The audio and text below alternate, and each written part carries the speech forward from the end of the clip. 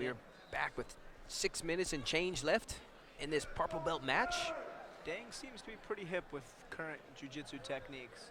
It's a solid grip he's got to maintain his guard. It's really tough to get past that. Here we have a match between the young lion versus the old lion. Who can impose whose will on the other?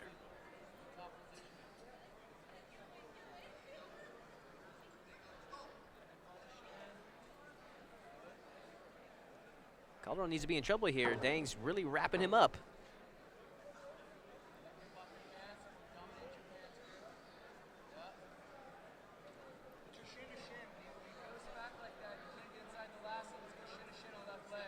Looking for their openings.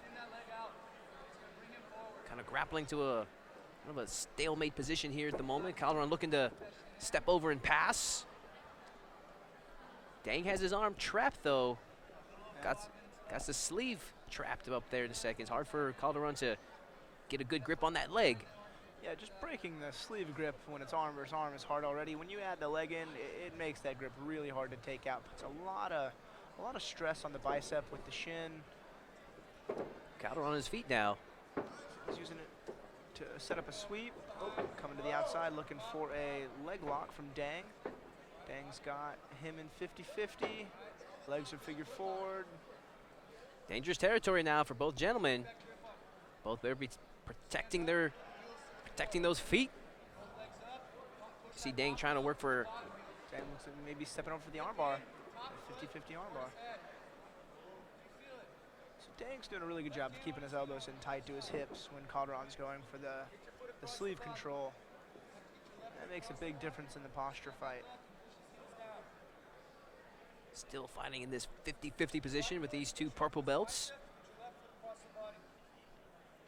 50-50 can be a little taxing in the gi because you can grab the sleeves and the collar to stop from a lot of bridging and stop from a lot of offensive grips on the feet. Yeah, you were definitely right about that, Alex, especially with the gi. I mean, you get tied up and tangled up into that position. It can be frustrating. You can see like a long stalemate with those 50-50 positions. Also with the grip fighting for the entire match, it adds for a different type of fatigue in the forearms, and it can slow the pace of some fighters down. And already these competitors have been grip fighting for the duration of this whole match so far. We're already halfway in, 3 minutes, 30 seconds left. Dang's leg there is in a funky position. Needs to be careful he doesn't get clipped with a heel hook. Looks like Calderon's recognizing it, and Dang trying to roll through. There you go, good scramble. Still on the sleeve. Now we see Calderon back on top. Sometimes when it comes to breaking grips, there's no way around it. You have to be mean to break grips. Use your shin, use your feet, really pull hard. It's tough to be effective when that arm is constantly extended and trapped. Dang goes from one sleeve to the other. Very effective means of defense. There you go, Dang just being relentless with those grips and tying up the legs. Referee Daniel Galvao getting the belt out of the way there for a moment. They're getting a little tangled up. Calderon still actively looking for his openings, trying to control those legs. Possible, looked like he was going for a footlock attempt and lost it. I think he's still going for it. Possible heel hook attempt there by Calderon. Back to 50-50. Calderon working for a heel hook attempt possibly. I think Dang's doing a good job in addressing it. And we're back at almost a stalemate position between these two.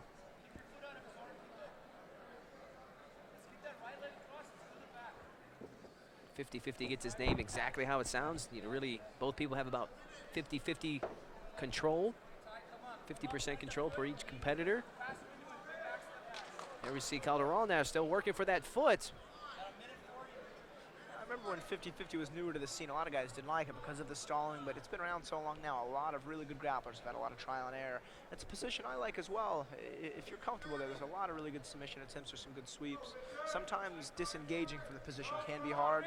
That's all the more reason to go for the leg locks. These guys haven't gone for a lot of leg lock attempts. I believe it's because the grips they have on the collar. Wow, there we see Dang being active now. Dang working for position, working for the back. These two at the very edge of the mat. Dang with a good sweep to the back. Dang looking for an armbar possibly, or a choke. I can't see from this angle. Yeah, there we go. Todd, you had it right. Definitely going for the armbar. Richard Dang going for the armbar. Can he finish it?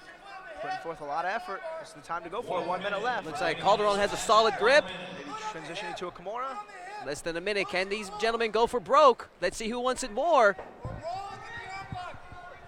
I think Calderon has been able to put enough weight on that arm to where I think his arm is still stuck, but I don't think he's in danger at the moment. Now he's also grabbing his far side collar, which adds for a lot of resistance to extend that arm. Dang's gonna really have to go for the finish. Nice Calderon with a good escape. 30 seconds left for these two competitors. Let's see them go for broke. Time is running short for them. This match will go to a draw if something spectacular doesn't happen in these closing seconds of this match. 15 seconds. Calderon trying to end strong on top. Kimura attempt. Straight ankle from Calderon. Not a bad attempt. Not enough time. Nice. And this match ends in a draw. Good finish. Good finish from both these guys. Yeah. Dang with the armbar attempt. Calderon with the straight ankle attempt. Right. Really fun last 2 minutes. Started rather working for a lot of positioning and looking for the advantageous spots, and ended on a good note, as you're saying, working a lot of attacks there towards the end.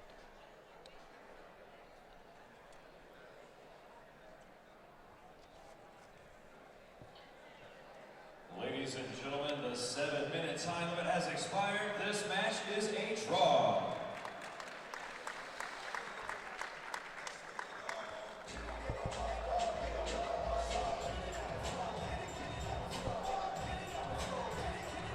And we have the conclusion of our first purple belt match here tonight at Texas Submission Hunter 4.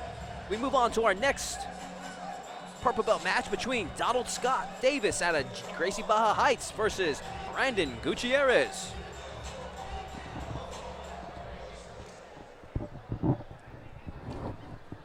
Please welcome to the stage, Brandon Gutierrez.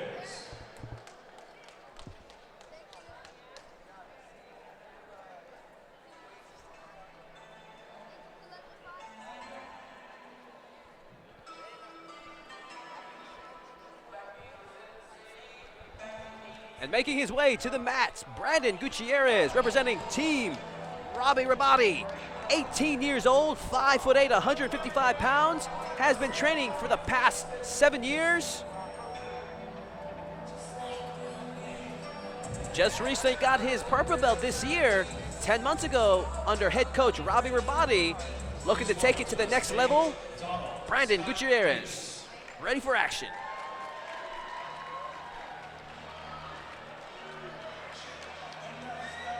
Here we have Donald Scott Davis making his way to the mat. 5'10", 155 pounds, has been training for about 7 years. Began training Brazilian Jiu-Jitsu because he hates his job and he loves fighting. Simply put, man, a few words, Donald Scott Davis. Yeah, I've seen both these guys compete before. Both very good competitors. Don't let Ladies and gentlemen, your next match is Brandon Gutierrez's appearance deceive you. He is known for submitting black belts in some no-gi submission-only tournaments. Both of these guys are really good. This is Brandon Gutierrez. And his opponent, fighting out of the red corner, representing Gracie Baja Heights, this is Donald Scott Davis. Referee Daniel Galvao in charge of this match between Brandon Gutierrez and Donald Scott Davis. And we're officially on. Quick guard pull from Gutierrez. Gutierrez does a very, very tricky open guard. Great leg lock game. Looking to use that spider leg to set up a triangle. Davis Wow. with good posture. The young 18-year-old Gutierrez being active from his back. Trying to prove himself and prove that purple belt on this high-level matchup between Donald Davis. All right, turn your right knee out. Turn your right knee out. Push the calf down. Get ready for the Hiva. Leg drag on your left side. Looks like Davis or Gutierrez going for a Brimbolo attempt to a back take.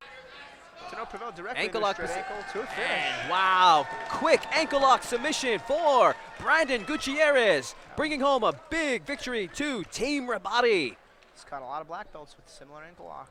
Wow, the young phenom, 18 years old. I'm sure we'll be seeing a lot of Brandon Gutierrez in future Texas Submission Hunter cards. Yeah, next generation of the high-level black belts. Really cool to see. Nice. Ladies and gentlemen, your winner of this match, by way of straight ankle lock, Brandon Gutierrez.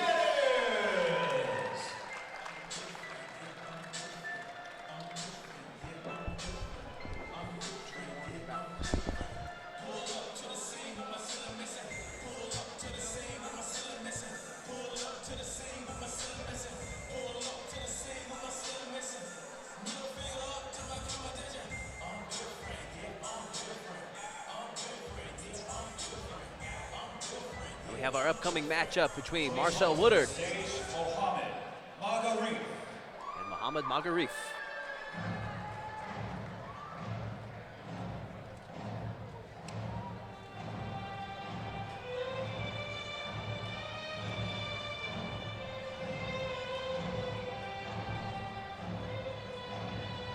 Making his way to the mat, Mohamed Marif, representing Gracie Baja West Chase, head coach Ulpiano Malachias, 30 years old, 5'8", 140 pounds, has been training Brazilian Jiu-Jitsu for the past 4 years. Former soccer player turned Brazilian Jiu-Jitsu practitioner. Mohamed Marif, ready for action here. Texas Submission Hunter 4. Please welcome to the stage, Marcel Woodard.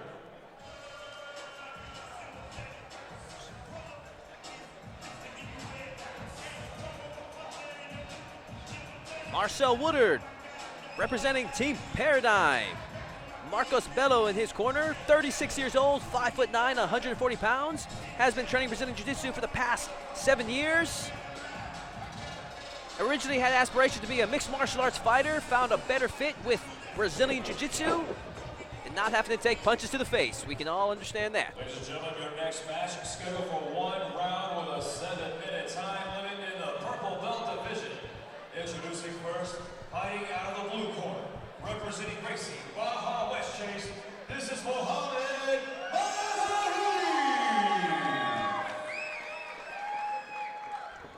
And introducing his opponent, fighting out of the red corner, representing Paradigm, this is Marcel Woodard. Mohamed training out of Gracie Baja West Chase. Those guys have a very serious competition jiu-jitsu program. I train there quite a bit myself, and they have put out some serious grapplers. This match is officially on. Mohamed Marif and Marcel Woodard. Quick guard pull from both guys. A lot of gi matches tonight here at Texas Submission Hunter. More than I think we've seen in previous cards. Yeah, by far.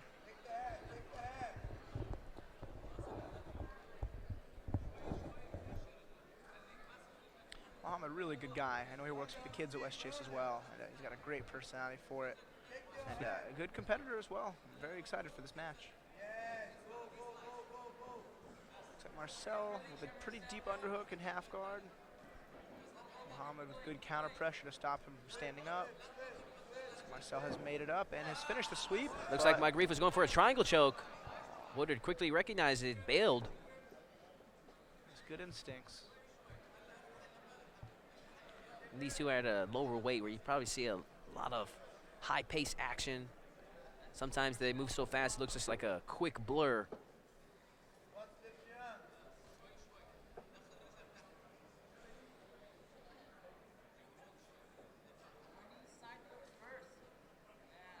Marif with a solid grip there on the collar. With the sleeve, disrupting Woodard's movements. Looks like a modified De La Riva position. Yeah, Marcel set back. Looks like he's maybe going for a straight ankle lock. Really tough to finish when they have the sleeve grip that Mohamed does. So you can't get your hands together. So Marcel definitely looking to go back for a straight ankle. Woodard, purple belt for the past 2 years now. Wow, Marif scrambles Oh, wow. top position.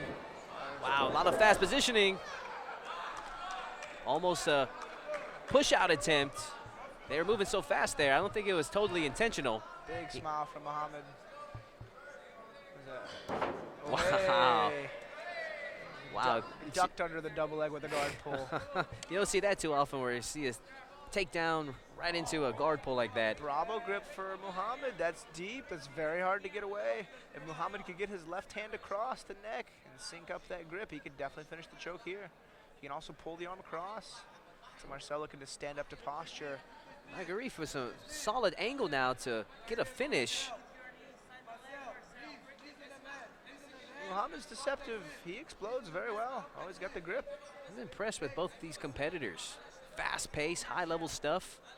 Wow, there we see Marif. Triangle attempt into armbar. Can he finish him? It's a deep armbar. Marif working for the finish. Marcel gutting out of it, looking to posture. He does not want to lose this match. Wow. Wow, Woodard shows his ring savvy, fighting out of that armbar attempt, and now he's going for a toe hold attempt himself. The leg is straight, he could transition to a knee bar. A great match from both these guys. Nice, Marif staying composed, rolling through with it. I don't know what he was saying to the referee there. It's something maybe got tangled with their gis. Looks like he's in 50-50 now.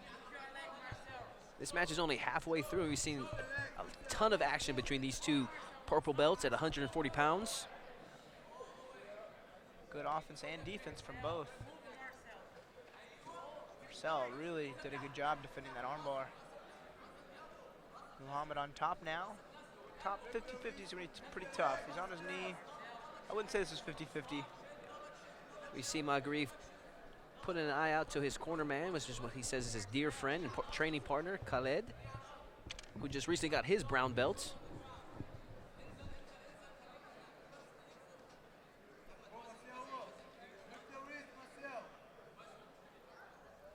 Kind of a unique 50-50 position here. Yeah, Muhammad's on top. He doesn't have his legs quite figure forward. I don't know if that constitutes his 50-50. I made that mistake earlier. Either way, it's a very difficult position to get past. Looks like he's... That looks like a Garcia attempt, or maybe that Bravo attempt. No, I he couldn't didn't have the lapel on the far side. quite see. Yeah, maybe the modified Bravo with the cross collar grip.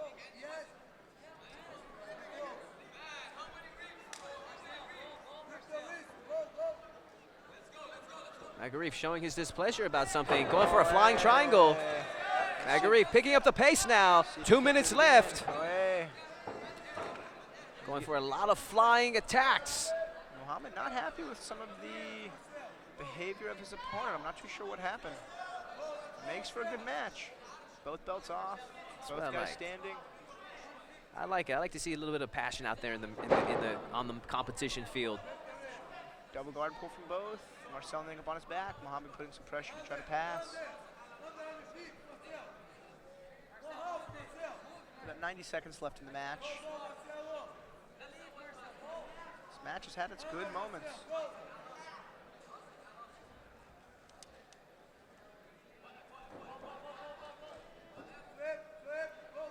Looks like Marcel's going for a deep half guard.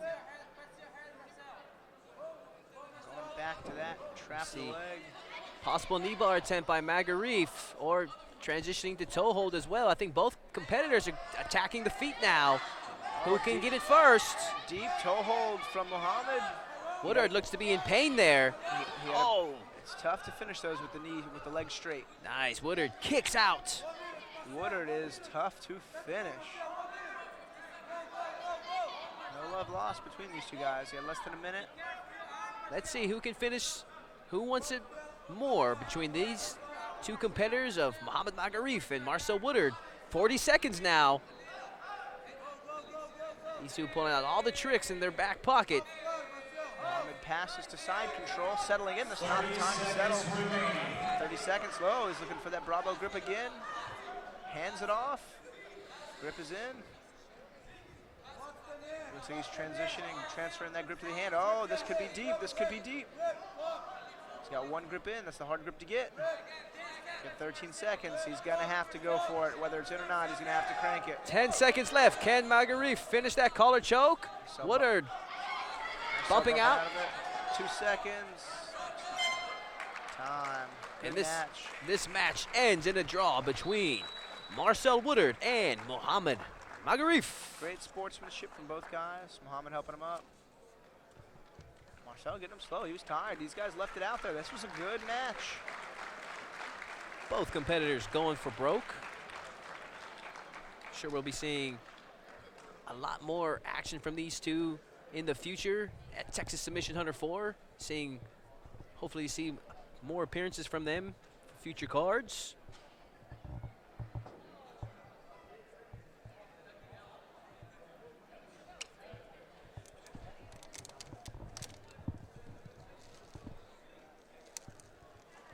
Ladies and gentlemen, the 7-minute time limit has expired. This match is a draw.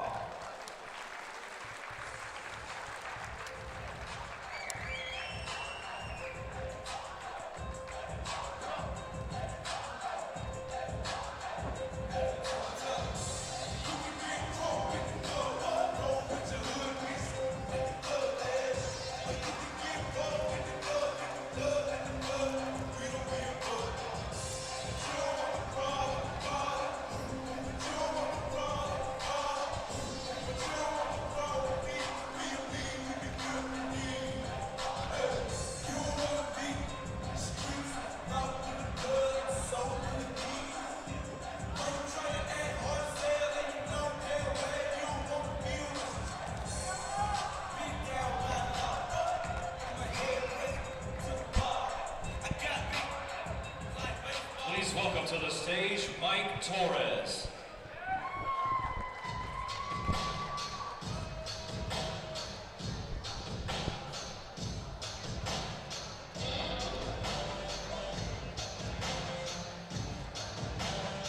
And we have U.S. Army veteran Mike Torres making his way to the mats tonight.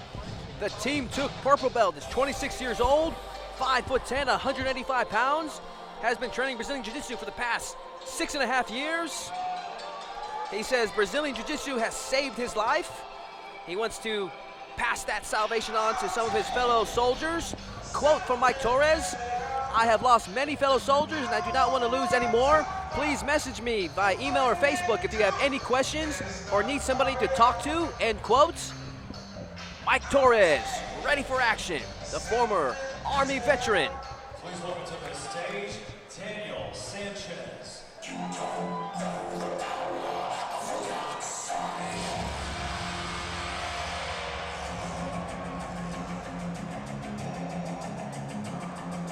Daniel Sanchez making his way to the competition mats.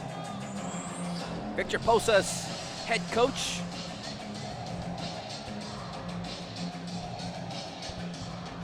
Ready for action, Daniel Sanchez.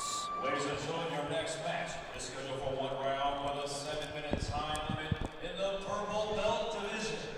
Introducing first, fighting out of the blue corner, representing Team Tug, this is Mike Torres.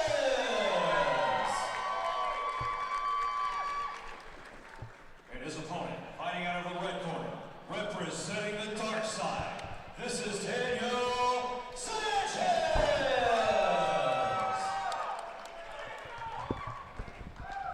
Referee Jeff Rexroad in charge of this matchup between Daniel Sanchez and Mike Torres. I know Mike Torres hit a heel hook in his last match, and the dark side guys are known for their leg locks. This will be an interesting match. Mike Torres loves the blast double leg. Looks like he got Knocked Sanchez's balance off. Sanchez quickly back up to his feet. Really good inside fighting. There we go. Oh, flying triangle attempt by Mike Torres. Can he finish it? Wow, fast start by these two purple belts. Can Mike Torres take advantage of this position and finish with a quick triangle choke? Torres with the underhook on the leg. This is deep. I don't see this going anywhere. This one's rough. Going to be hard to get out of. Sanchez is in trouble, and he taps. Wow, quick finish. Wow. From Mike Torres. Awesome performance by Team Tooks, Mike Torres. Training with Torres, the guy's a monster. Really good work. He's got a lot of submission finishes on this stage. Wow, that 2 submissions in a row for Texas Submission Hunter for Mike Torres. Ladies and gentlemen, your winner of this match by way of triangle, Mike Torres! Mike Torres with the victory here tonight.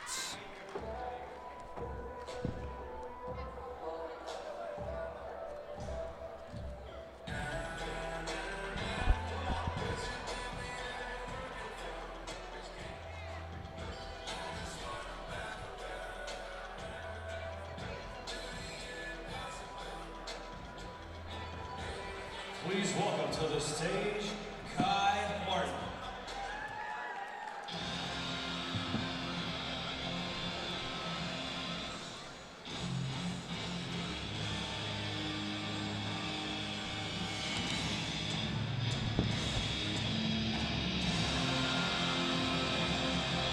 And here we have Kai Martin making his way to the competition match. Head coach for this match, Justin Riseward, 33 years of age, 6'4", 218 pounds, has been training Brazilian Jiu-Jitsu for the past 6 years.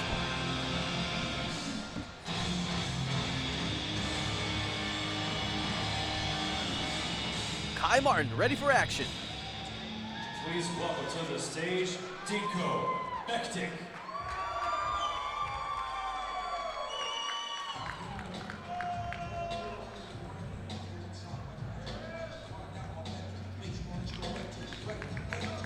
Dinko Betkick making his way to the mat now, representing BJJ Revolution team. Head coach Jeff Messina working his corner, 27 years of age, 6'5", 215 pounds, has been training Brazilian Jiu-Jitsu for the past 7 years. Dinko Betkick, ready for action. Round with a 7-minute time limit in the purple belt division.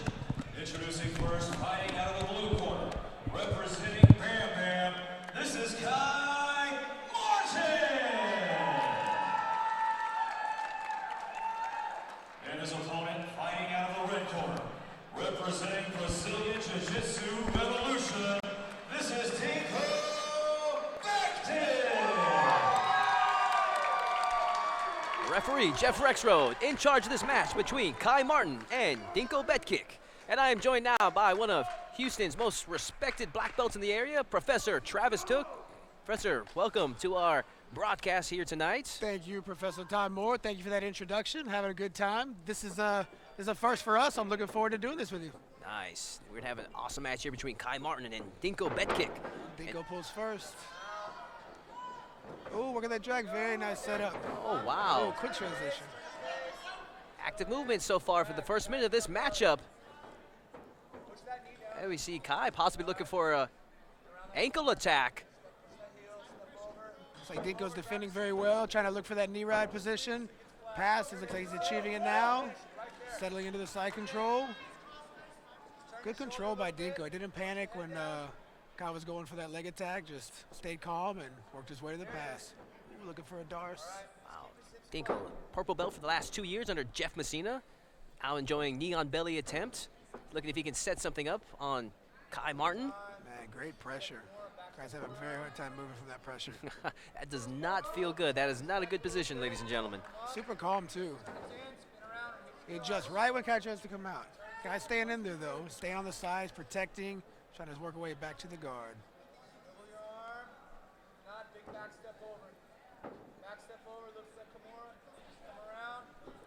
Transition to the other side now. Dinko. Looks like he's flattened him out now. It's a little more control. So far, this match has been all Dinko with a lot of pressure.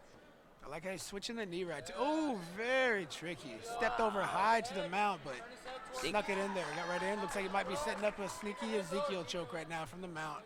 Dinko in the mount position now.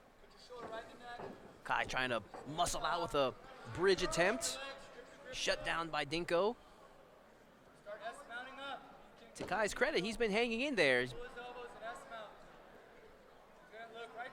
Feeling a lot of pressure from Dinko.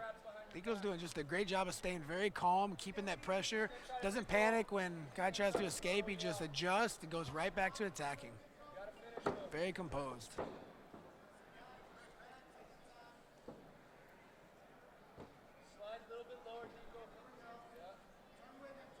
Let's see what Dinko's setting Kai up for right now. really crowding the head right here, making it hard for him to find any space to move, any space to escape. Dinko enjoying top position now in the mount. Has Kai stuck right where he wants him. Kai looking for his opening. Kai's got his elbow in. He might use that to try to elbow escape right here. Nope. Dinko keeps the pressure.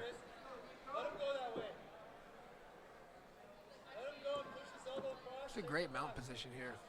Yeah, this is a hard position. When you got somebody that knows what they're doing on top, this is a difficult spot to be in. But Kai's hanging in there. To his credit, has been able to thwart off all submission attempts by Dinko. And we're just about to the halfway mark of this 7-minute match between these two purple belts. Sometimes when they're really low on the top mount like that, it's always hard to tell what they're doing, but they can be very, very crafty setting up chokes and different attacks, and sometimes it just looks like they're just squeezing the head, but there's actually a lot going on there that that doesn't meet the eye with the little nuances of the attacks that come from the mount position. Good perspective there from longtime black belt Travis Took. Oh, now it's created a little bit of space. Oh, not quite enough for the escape. There we see Kai when he sees openings for an escape, immediately has to bail out when he gets in trouble for a possible submission attempt. And so this is a frustrating spot to be in when you're the bottom man. We have 3 minutes left, and it has been all Dinko in the mount for the last 2 minutes or so.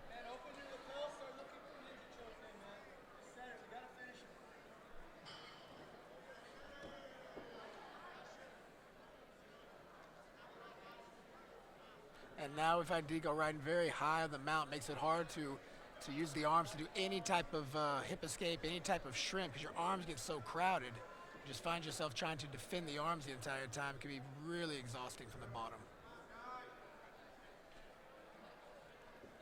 Still defending. He's very aware of the danger. He's hiding the arms, protecting the neck.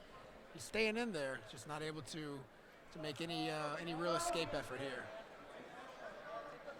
Gets close, once again, turns, makes a little space, but doesn't quite get the leg free.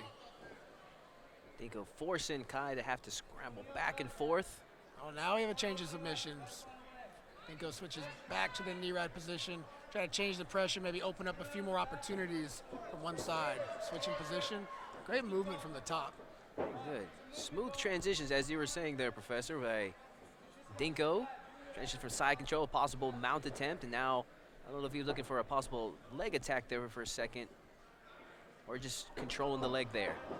These two right at the corner of the mat. Oh, nice transition. Nice switches over, looking for the triangle. Smooth transition here.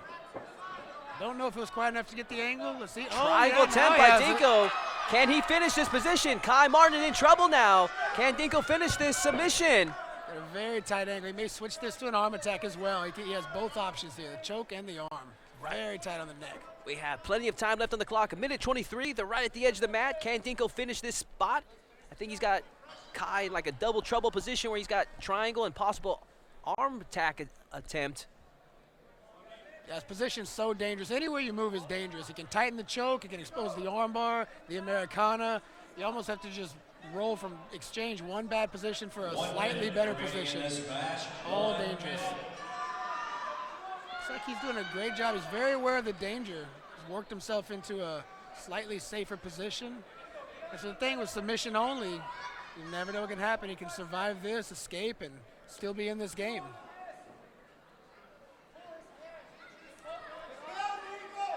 That's a tight triangle, though. Kai Martin hanging in there. 30 seconds left in this matchup between these two purple belts. I think now you're going to see Dinko get very aggressive trying to pull that arm and finish this attack. How bad does Dinko want it? Can he pull the finish off? Now bringing the other leg up for leverage. Trying to really go for it here. Everything he's got, trying to stretch this arm free. Don't know if he quite has the angle. Great position. Might need a little more time as we count down the last 5 seconds here. Short time left. Can Dinko finish this, or will Kai survive? Oh, and he finished. He survives the round. This match goes to a draw. Awesome display of top position and multiple attacks by Dinko Betkick. And lots of credit to Kai Martin for fighting out of it and thwarting off many of those attempts. Awesome performance by both competitors.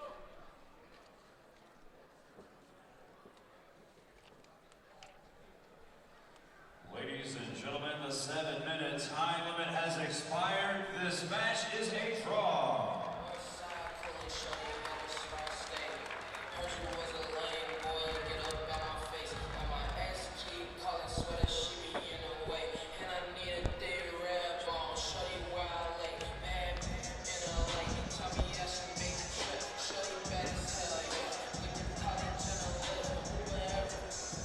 And now we move on to our next purple belt match between Robert Isel and Jake Heffron.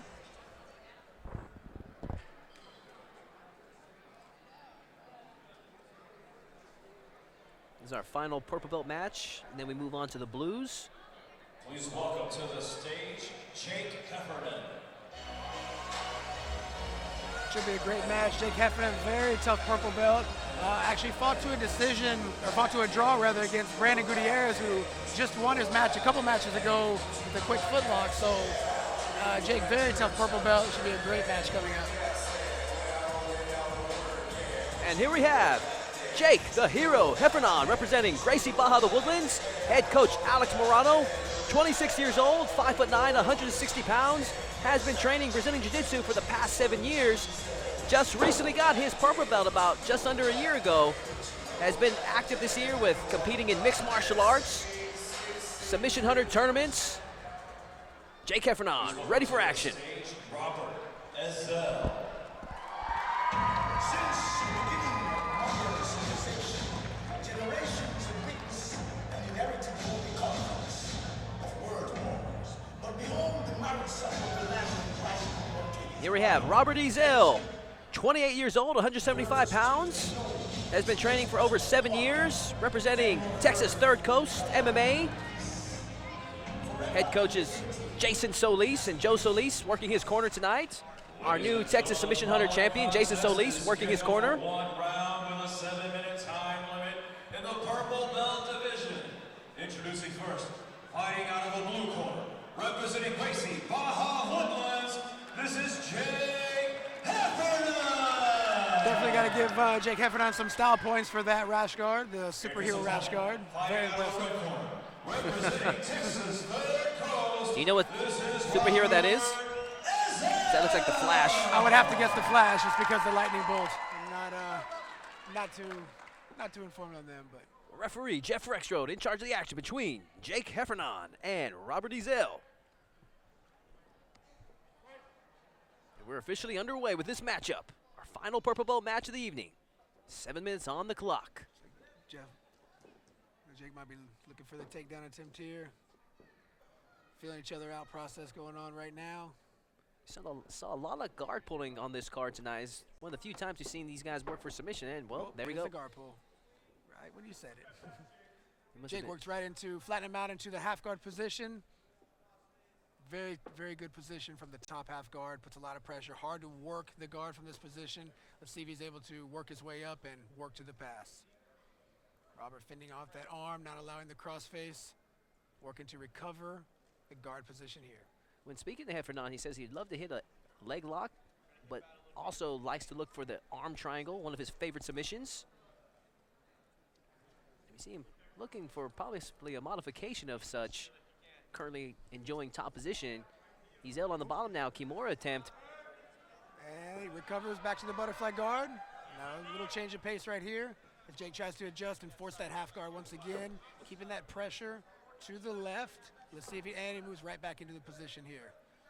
Robert doing a good job of keeping that outside hook in, though. He can use that to lift up and kind of go back and forth from the half guard to the butterfly guard. So very effective guard from this position as he tries to work that Kimura.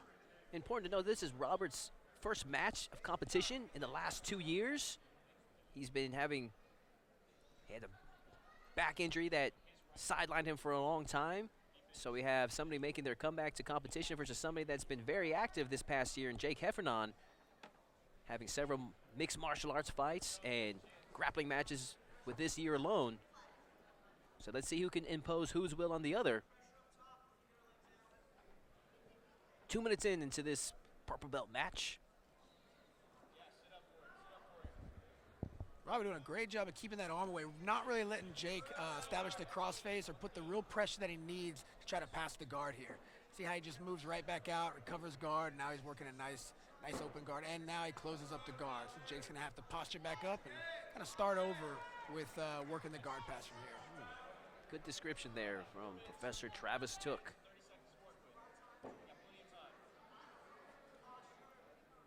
Robert seems very composed. As you know from competing, it makes a big difference. The difference between being an active competitor and taking some time off. Sometimes that ring rust or say stage rust can get to you, but he looks like he's staying composed and really working his game well here. Yeah, Robert definitely not looking like a guy who hasn't competed in 2 years. Triangle attempt, but Heffron was able to back out of it. It wasn't totally solid.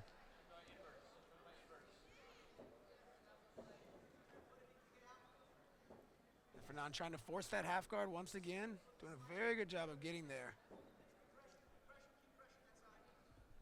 Jake's blocking him a little bit with that leg, not really allowing him to establish that position that he wants.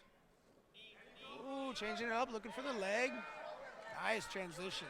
Robert Isel now looking for a heel hook.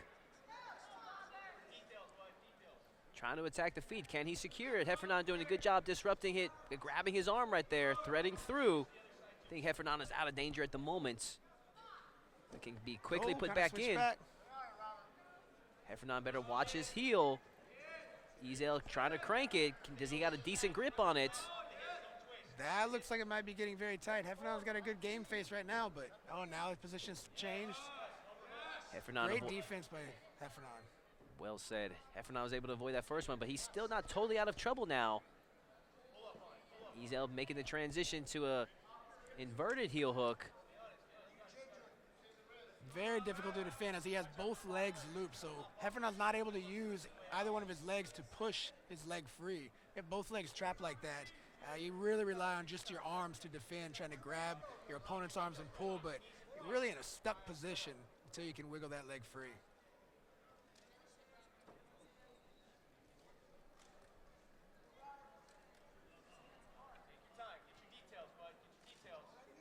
Great combo attacks by Robert. Just going back and forth. Heffron staying very composed. Oh, now it's getting a little bit tighter. Oh, we get a submission there. There it is. And your winner by heel hook, Robert Isel, with a big victory here tonight in his comeback match.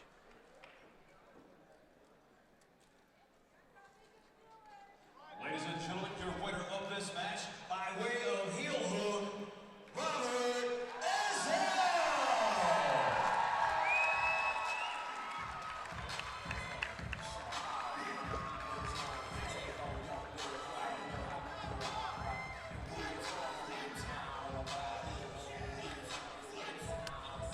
And now we move on to our first female match of the evening, also our first blue belt match of the evening between Danielle Guevara and Michelle Paez out of Next Generation Kingwood. This should be an awesome match between two longtime blue belts.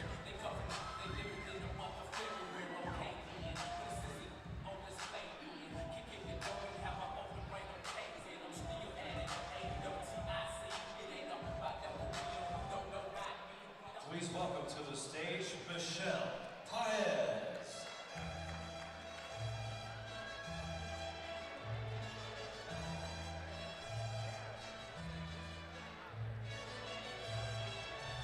Yeah, Michelle Paez, no stranger to Garcia Promotions. This will be, I believe, her third event, and looking to make some noise tonight, put on a great show. Very dedicated martial artist, full-time mother as well, so puts in a lot of time, a lot of effort, and always brings her game face, always very intense, ready for action.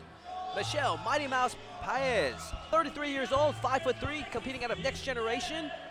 It must be noted that her dad just had quadruple bypass surgery last month. He promised that he would make this match. She's dedicating this whole training camp and this super fight to her daddy. She says she loves him and loves her mom very, very much. So Michelle Paez, ready for action, has her motivation to bring home a big victory here tonight at Texas Submission Hunter. Danielle Guevara.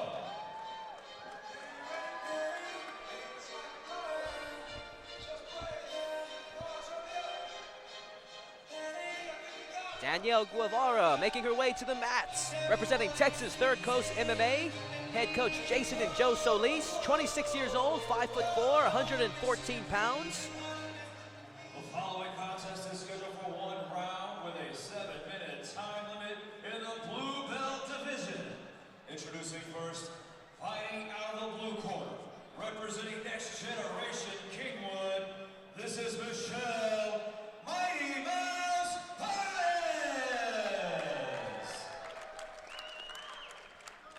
And her opponent, fighting out of the red corner, representing Texas Third Coast, this is Danielle Guevara. Referee Daniel Galvao in charge of this matchup between Michelle Mighty Mouse Paez and Daniel Guevara. And this match is officially on.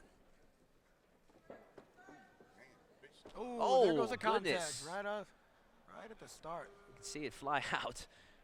Not sure if either the competitors see it. I'm looking at it right now. There it is. Right. Teamwork. And we have a timeout to fix the eye contact. All that action in about 5 seconds.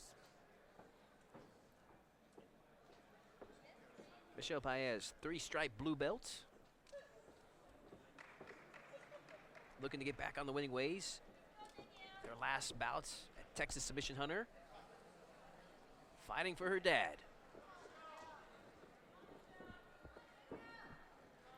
Looking for the clinch right away. Guevara, former girls Texas looking state champion.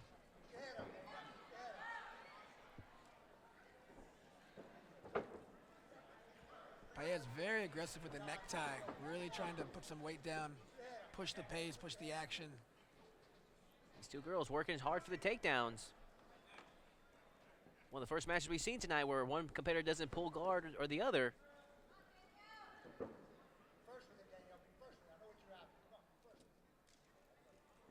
Both ladies standing tall.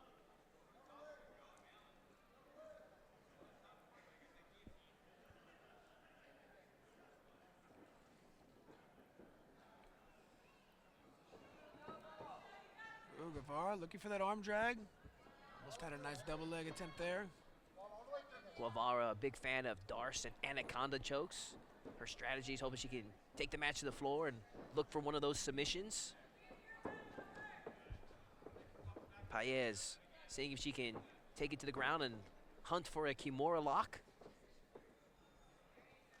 Right now the battle is to see who can get who to the ground first between these two blue belts. Nice arm drag attempt there by Guevara. Good defense by Paez to circle out of it.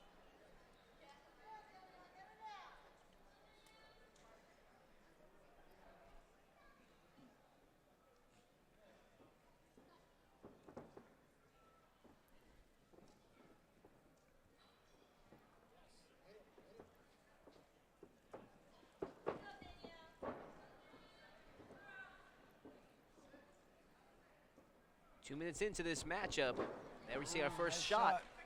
Great sprawl by Paez. Paez with the guillotine. Can she finish it? It's deep. It looks tight. Can Paez finish this position?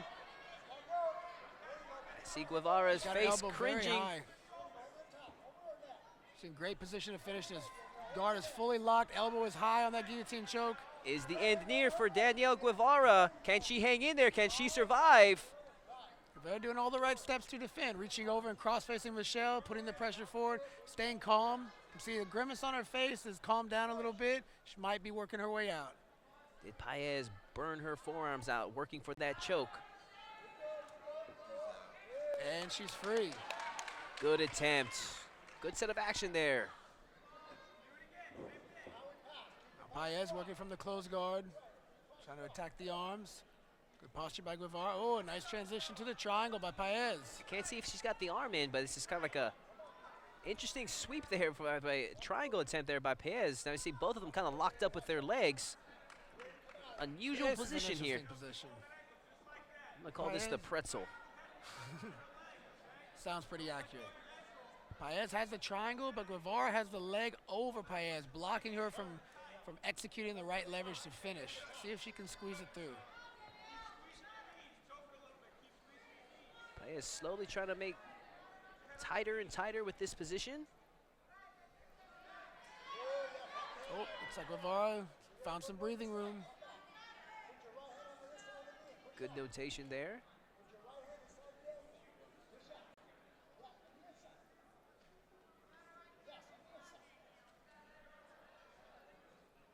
This is a position that you likely don't see too many Brazilian Jiu-Jitsu practitioners train for often, so they're going to have to get creative here. Guevara escapes the head and is working her way to the side control.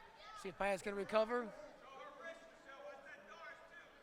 Looks like Guevara is looking for one of those Darce or Anaconda chokes that it's her favorite. Uh-oh, this might be tight. Can she finish this position? Daniel Guevara working for a submission finish. Can Paez survive? I think Paez has enough space to get to work the escape. Paez hanging in there. Guevara, I think she had to make a transition to a guillotine choke now. Paez working to see if she can grab the wrist. Seen a complete switch of styles. This is exactly where Guevara started. Now she finds herself with the opportunity to win with the same submission. The turn of events, as noted by Professor Travis Duck. And oh, she gets it. Danielle Guevara with the submission victory over Michelle Paez. Guillotine choke. Great back and forth battle between two very tough blue belts. Nice. Impressive performance by Danielle Guevara.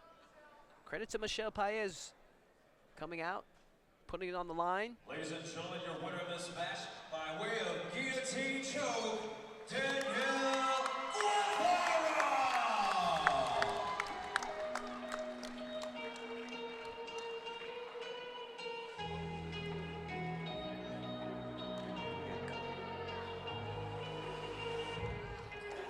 So you got about one or two more matches in you, you know? Yeah. All right.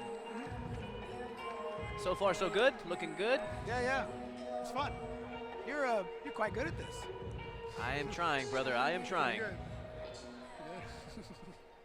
Please welcome to the stage, Crystal Davila.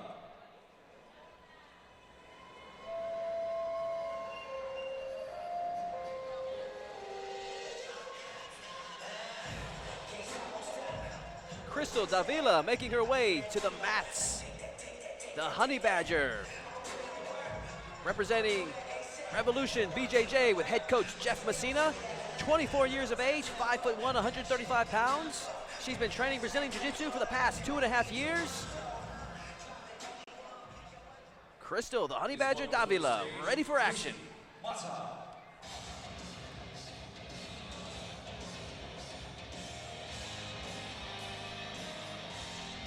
Making her way to the mats, Chrissy Mata, representing Team Southside Fight Club. David Bam Miramontes, working her corner tonight. 21 years of age, 5'4", 135 pounds, has been training Brazilian Jiu-Jitsu for the past 6 years. Chrissy Mata. With a 7-minute time limit in the blue belt division. Introducing first, fighting out of the blue corner, representing Revolution Dojo. This is Crystal Davila. And her opponent, fighting out of the red corner, representing SSFC. This is Chrissy Mata.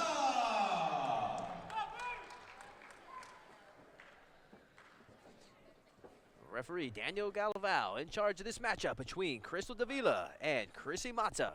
And this match is officially on.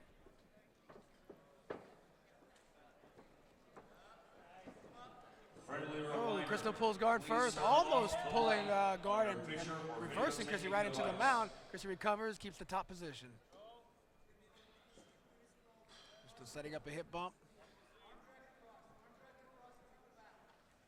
Oh, Crystal dragging the arm across, trying to walk the legs up, look for the armbar. She's got good position, hips are out. Davila working the angle now. Mata needs to look to square back up, get back to a safe zone.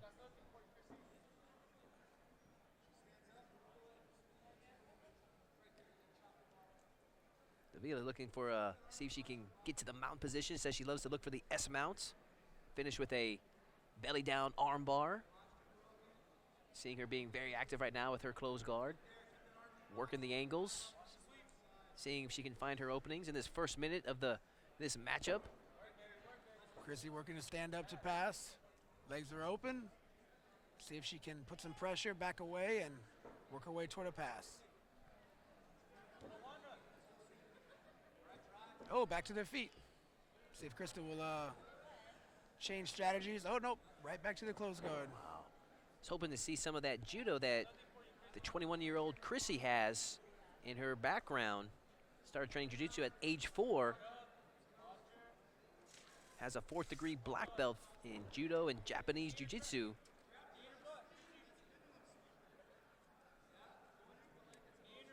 Has a lot of judo competition experience under her belt.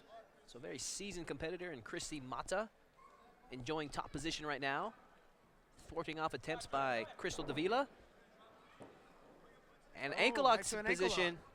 Can she finish this? Chrissy Mata working for the finish. Can Davila survive this position and escape? And she does. She's not totally out of danger yet, but she was able to survive that ankle lock. I think she's going to go for one for herself.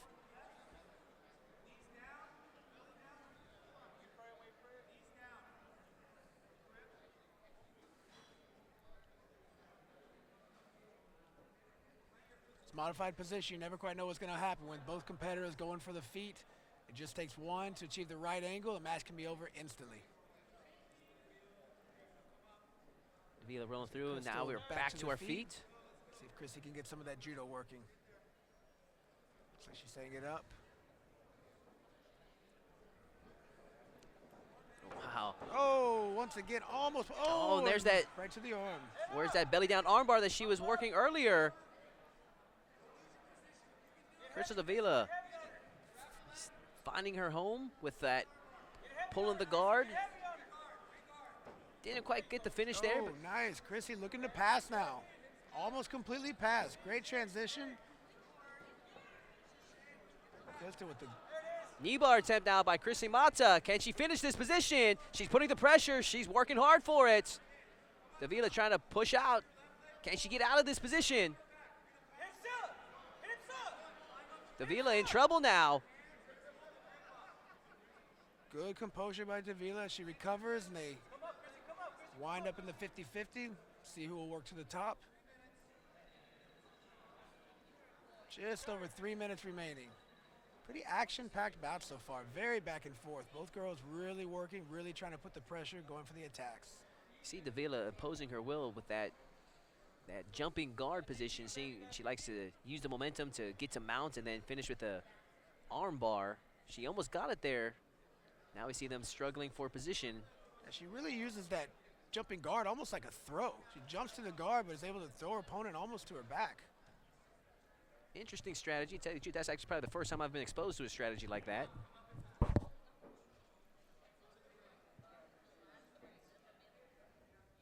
Both these girls still working for the feet. Chrissy Mata. And Chrissy more on her back working the guard.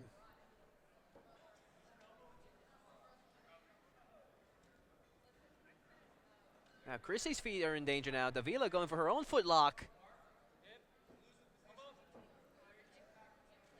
Very nice defense. Textbook. Stayed composed, moved right toward the ankle, protected herself, stayed safe. Nice. Textbook escape there by Chrissy Mata, as noted by Professor Took. Very good jiu-jitsu, both top and bottom by both competitors. Wow, nice sweep there. Kind of like a carpet sweep. Davila falls right into an ankle lock attempt. Davila not fazed by that sweep at all. She just used it to her advantage. She's going right for the attack. See if Christy will defend as well as she did before, work her way to the top. I'm very impressed with these two blue belts so far. They're showing a lot of composure, showing a lot of clean technique with attacks and sweeps. High-level blue belt action here by these two females.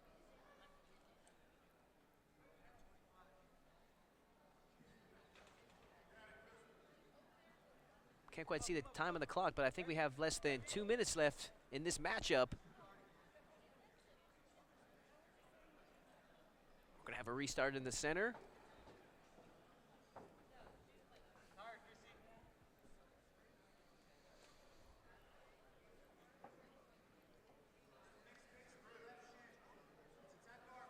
I think we're going to see both competitors pick up the pace as they're aware just over a minute left. See Christie going for the nice toe hold here. Davila rolls out. 1 minute remaining. Great defense shown by both competitors. Wow. As you were making note of earlier, seeing if these two are going to go for broke in the final minute. Oh, nice transition. Christie transition right into the mount position. Let's see if this will be enough to put enough pressure to set up a submission and finish. Looks like she's taking a modified back mount position, digging for the neck. Time is running short for Chrissy Mata. Can she work a finish in this last 30 seconds of this blue belt matchup? 30 seconds remaining. Will Christy Davila make a comeback and survive this attempt? Short time left. Mata going. Transition to the arm. Oh, not quite enough. Mata making one final attempt. I'm not sure there's enough time left for anything solid at this point, with Mata having Davila stuck in a solid guard position. Looks like this one will end it. Oh, last second armbar, not quite enough. Great match. And this match will end in a draw between Crystal, the Honey Badger Davila, and Chrissy Mata. Bright future ahead of the 21-year-old Chrissy and the 24-year-old Davila. Look forward to seeing these two ladies in future Submission Hunter cards. Watch as their progression to that next level. Ladies and gentlemen, the 7-minute time limit has expired. This match is a draw.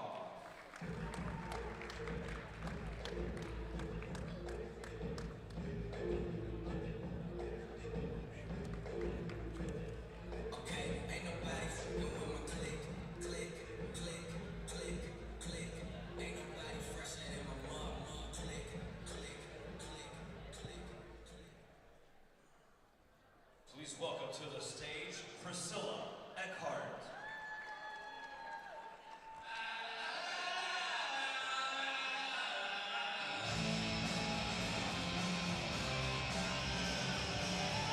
And here we have the 17-year-old Priscilla Eckhart, representing Pablo Silva, Brazilian Jiu-Jitsu, 5'2.5", 125 pounds. She's been training Brazilian Jiu-Jitsu for the past 2.5 years. Former judo practitioner turned Brazilian Jiu-Jitsu, Priscilla Eckhart, ready for action. Please welcome to the stage, Shelly Culpepper.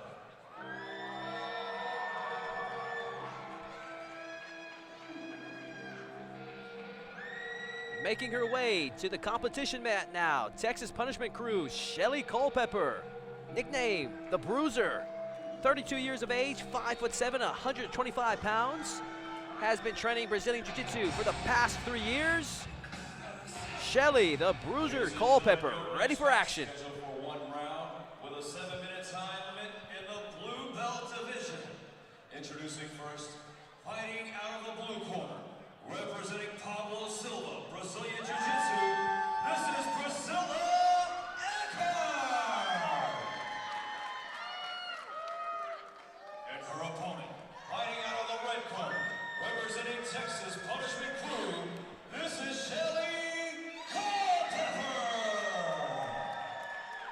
Referee Daniel Galval in charge of the action between this match of Priscilla Eckhart and Shelly Culpepper. This match is officially on. Culpepper. Priscilla jumping right into the guard, working her legs up very high, looking for an armbar immediately. Both of these girls have been very active this year. Culpepper with 3 gold medals alone this year. Eckhart, this is her second Submission Hunter appearance for this year. Has also done so many tournaments she can't even count how many she's done this year. These two women starting this match fast in the first 30 seconds. That's right. Keep her head low. Very active and aggressive close guard here by Priscilla. Hip out, Zilla, hip out. Oh, she drags the arm across as she looks to walk the arms up, looking for the arm.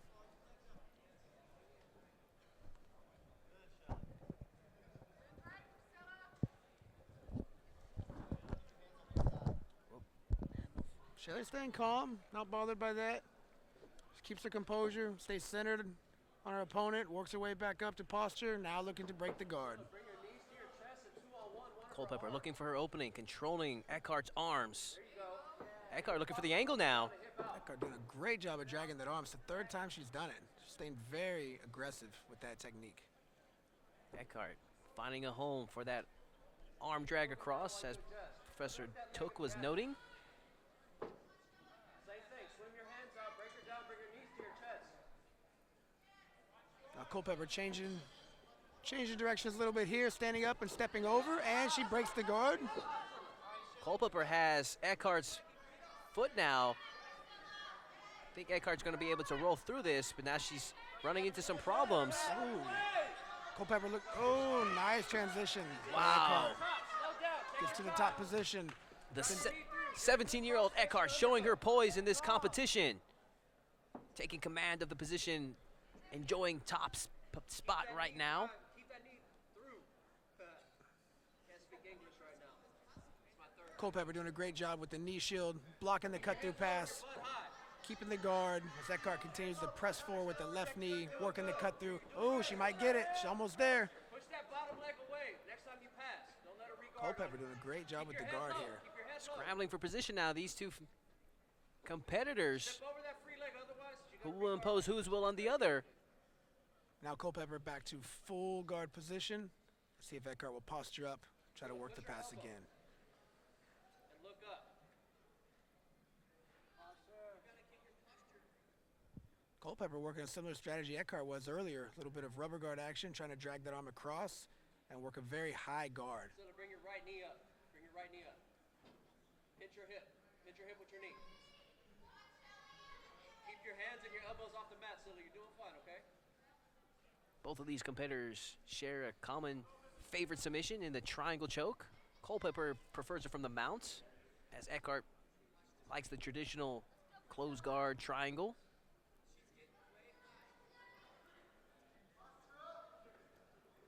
Eart smothering Culpepper at the moment. Looking for a possible opening for advancement. Knees behind the butt, Silla. Knees behind the butt. She's gonna go to high guard. She's gonna attack your arms.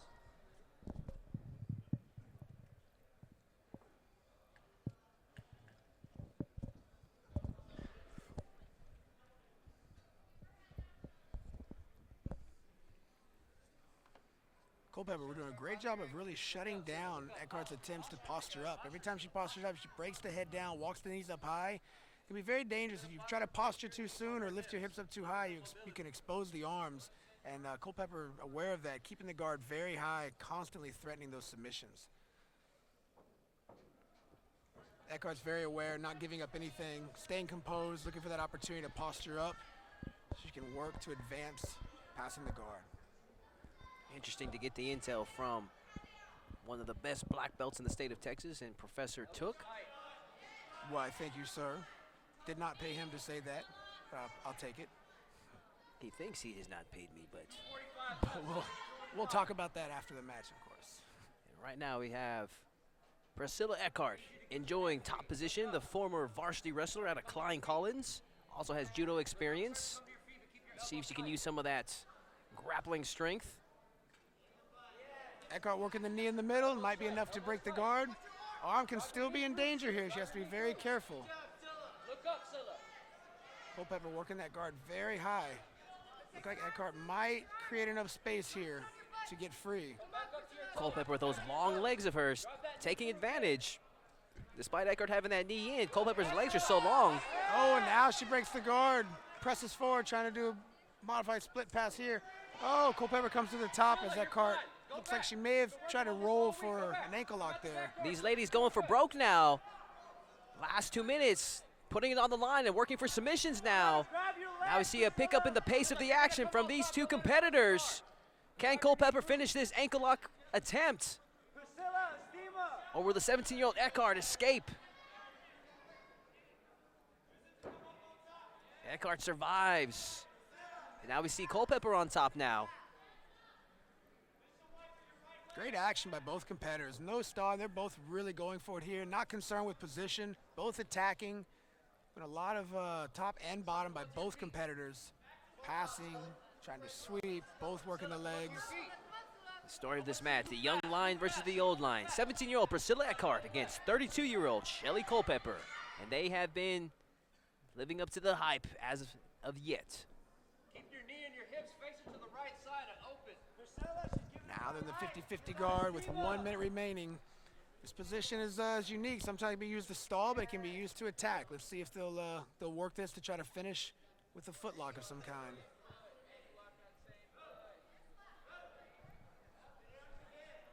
Just like that. Oh, look like Eckhart is setting up an Estima lock, modified footlock, where you trap the foot in the stomach and lock around it similar to a guillotine choke, but on the foot. Be very tight, very quick if you get it the right way. Can Eckhart get the finish here? 30 seconds remains. Push that right leg down and then step over it. Final 10 seconds.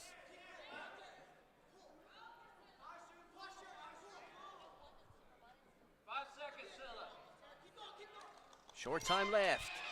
And Shelly Culpepper and Priscilla Eckhart fight to a draw in this match.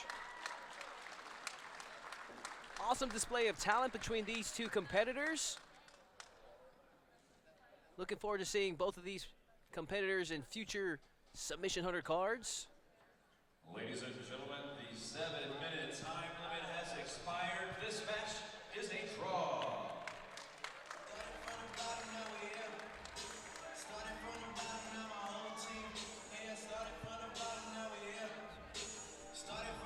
All right, it was awesome to have Professor Travis Took show his expertise and call some of the matches here at Texas Submission Hunter. I think he has to head to the back now and help warm up some of his upcoming fighters. And so, Professor, thank you very much for coming on out. Absolutely. Look forward to doing it again in the future. Definitely look forward to them again. And great job commentating, by the way. This was a learning experience for me, and you're doing a great job, my friend. Thanks, brother. We will see you soon. Good luck in the final matches. Yes, sir.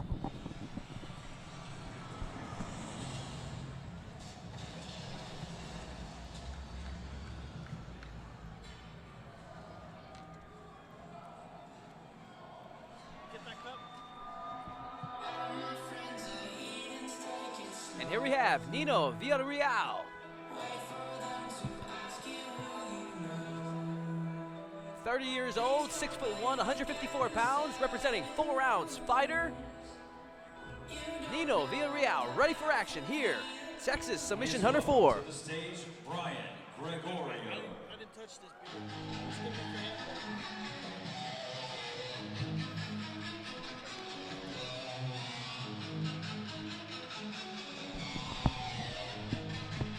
And making his way to the mat right now, Brian Gregorio, nicknamed the Honey Badger.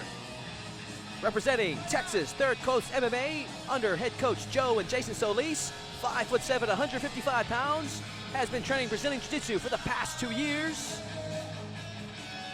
Received his blue belt under Joe Solis. Brian, the Honey Badger Gregorio, ready for action. This match is scheduled for 1 round with a 7-minute time limit in the blue belt division. Introducing first, fighting out of the blue corner, representing the 4-ounce fight club, this is Nino Villarreal. And his opponent, fighting out of the red corner, representing Texas Third Coast, this is Brian Gregorio.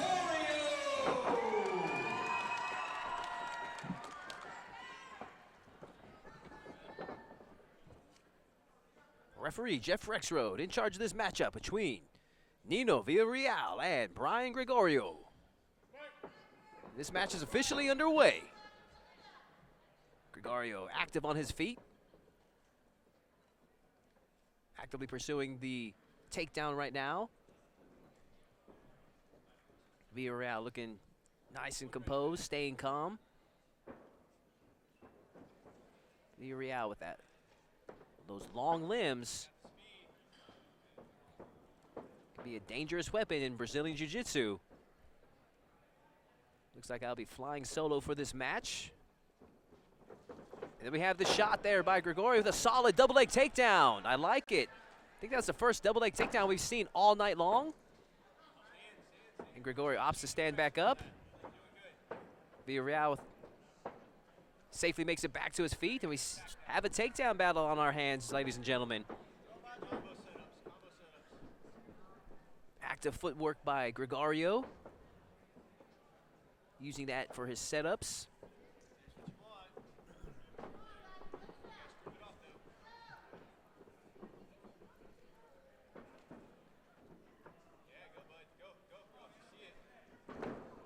Gregorio attempting for an arm throw.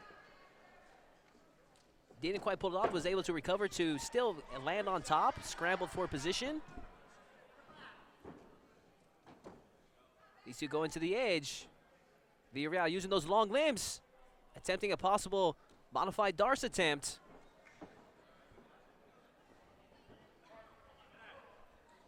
And these two back on the feet. Anxious to see some of the mixture of takedowns by Gregorio. Then we see a possible shot attempt there by Vial. It was kind of high there. I think he's looking for a tie-up. 2 minutes into this match.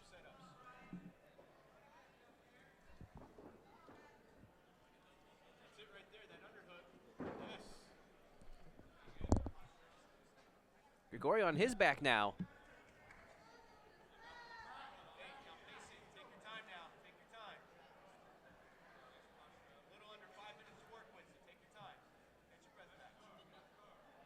Gregorio's favorite submission is the armbar. Let's see if he can work to set that up. Vial using those long limbs of his, enjoying top position right now, taking advantage of the position that he's in, looking for the openings.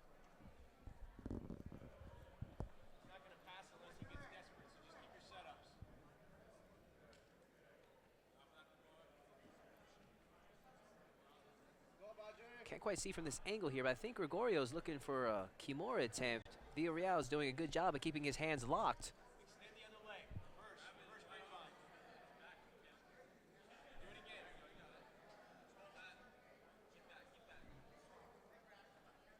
Gregorio ditches that.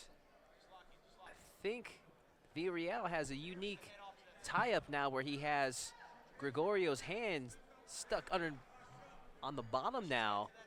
That's a rough position when you get stuck there on the bottom, and Gregorio was able to slip his arm out. But when you get your hand trapped like that, it makes it a little bit more easier for the top person to break the guard open and work the pass. So with those long limbs of Vial taking advantage of that particular guard break.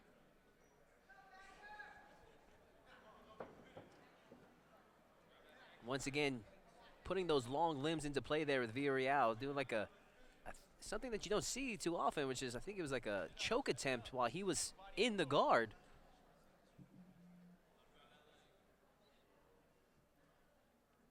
Gregorio trying to be active from the bottom. And something, Vial has just an unusual offense. You see him attacking from the closed guard. That is something that we usually discourage new students to do, but Gregorio at this level, looks like he knows what he's doing.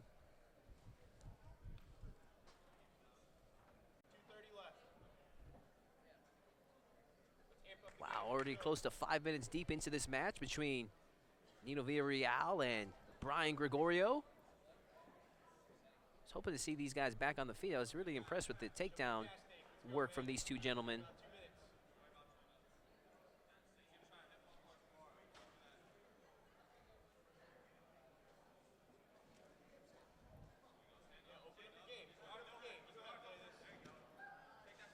Vial looking for the cut-through pass, and there it is. Looking for a front headlock attempt. Now these two back are on the feet. Gregorio surprisingly has no previous grappling experience, but he has some solid takedowns. His favorite takedown being the double leg takedown.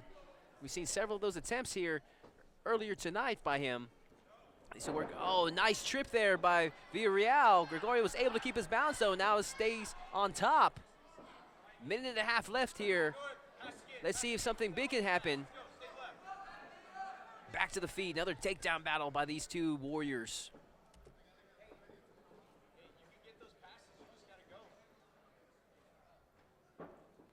Clash of styles between the shorter fighter and the tall, long-limbed competitor. Always makes for an interesting matchup. Vial has been pretty successful on the feet. I think 1 minute remaining in this match. 1 minute. I think 1 minute left, seeing Vial put in that extra pressure now, seeing if he can secure a Darce choke.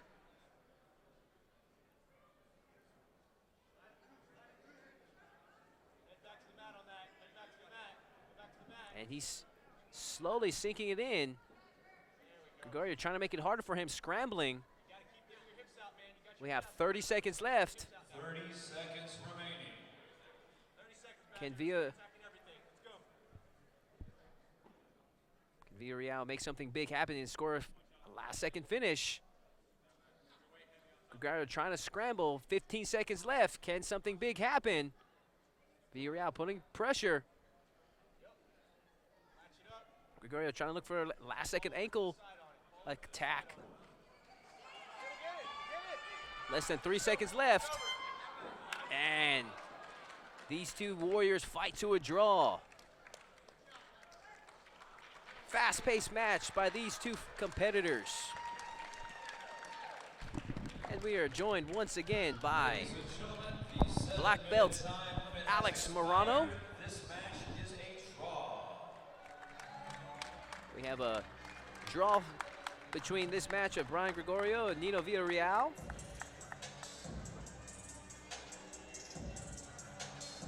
We have 4 matches left on the card tonight. Our next matchup between Kyle Nunes from Dark Side and Donald Keith from the Garcia brothers. And Professor Alex Morano, good to have you back. How you feeling? Good to be back. It's been a lot of good matches tonight.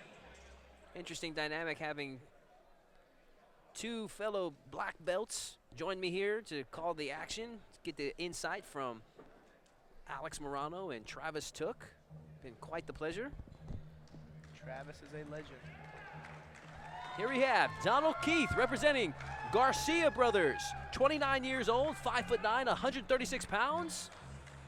I've had the pleasure of sharing the match with this young man. He is a very technical competitor. Loves to compete. Donald Keith, ready for action. Please welcome to the stage, Kyle Nunes.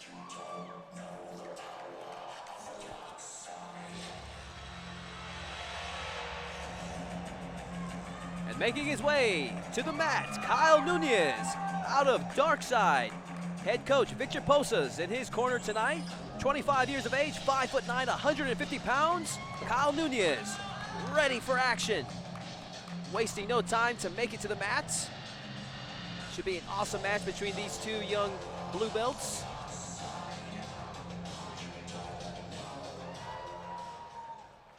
Ladies and gentlemen, your next match scheduled for 1 round with a 7-minute time limit in the blue belt division. Introducing first, fighting out of the blue corner, representing Garcia brothers, this is Donald Keith.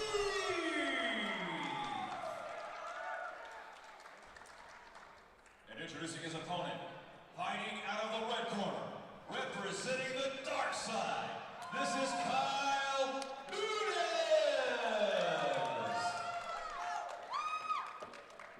Referee Jeff Rexroad in charge of the action between blue belts Donald Keith and Kyle Nunes. 7 minutes on the clock, and we are officially underway.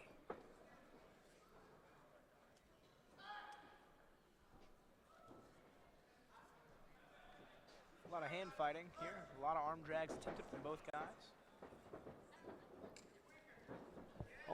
Double leg takedown there by Donald Keith. Big takedown, but he falls right into armbar by Nunes. Can Nunes finish this? Make it an early match. Keith doing a good job with the defense there. Needs to be careful not to get transitioned right into triangle.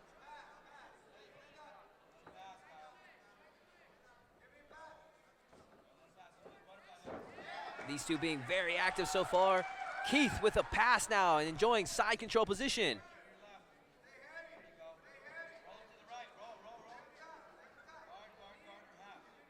These two competitors working at a high pace in the first minute. Already seeing our second armbar attempt by Nunes in less than a minute. Yeah, he's doing a good job using that inside shin to recover guard and then really throw that right leg over for the armbar. Yeah, Nunes, the longer fighter, taking advantage of his reach advantage and length advantage. Now going for an ankle lock. Can he finish it against Donald Keith? It's a good deep straight ankle. Keith staying composed. Nunes stretching it out, and we have a submission victory for Kyle Nunes. Ankle lock submission in just over a minute of action. Blue belt's taking advantage of the rule set. No heel hooks for this group. Straight ankle, totally legal. Been impressed with our blue belt group so far. Oh, yeah.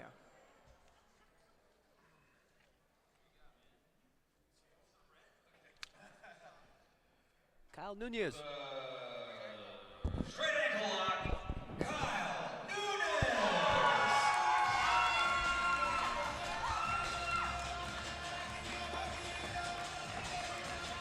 Kyle Nunes with the big victory here tonight over Donald Keith.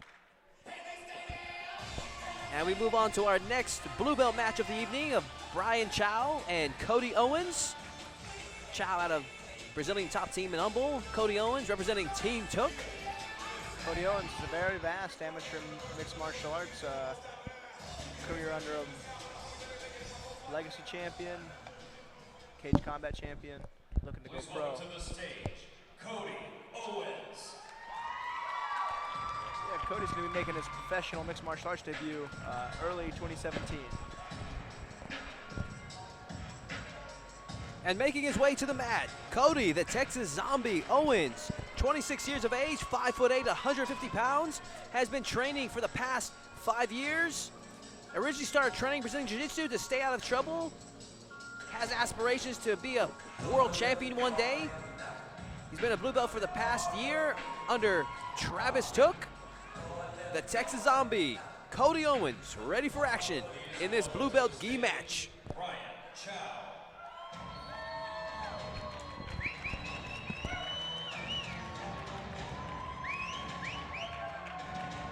And McCall, MMA, Brian Chow, 35 years of age, 5'8", 146 pounds, has been training for the past 4 years. Head coach Darren McCall working his corner. Found Jiu-Jitsu 4 years ago, has fell in love with the sport. Brian Chow, ready for action. Your next match is scheduled for 1 round with a 7-minute time limit in the blue belt division. Introducing first, fighting out of the blue corner, representing Team Took, this is the Texas Zombie, Cody Owens.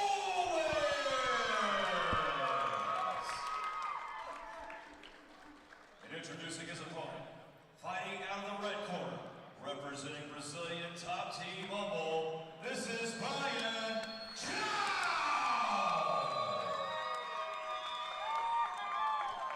Referee Jeff Rexroad in charge of the action between the Texas Zombie, Cody Owens, and Brian Chow. 7 minutes on the clock. And this match is officially on. I know Owens has a good wrestling base. See if he uses that tonight in the gi. Cody Owens used to wrestle at Klein Collins High School here in the Houston area. Chow choosing to pull guard. We've seen a lot of that tonight. We've seen maybe 1 or 2 matches where we had takedown fights.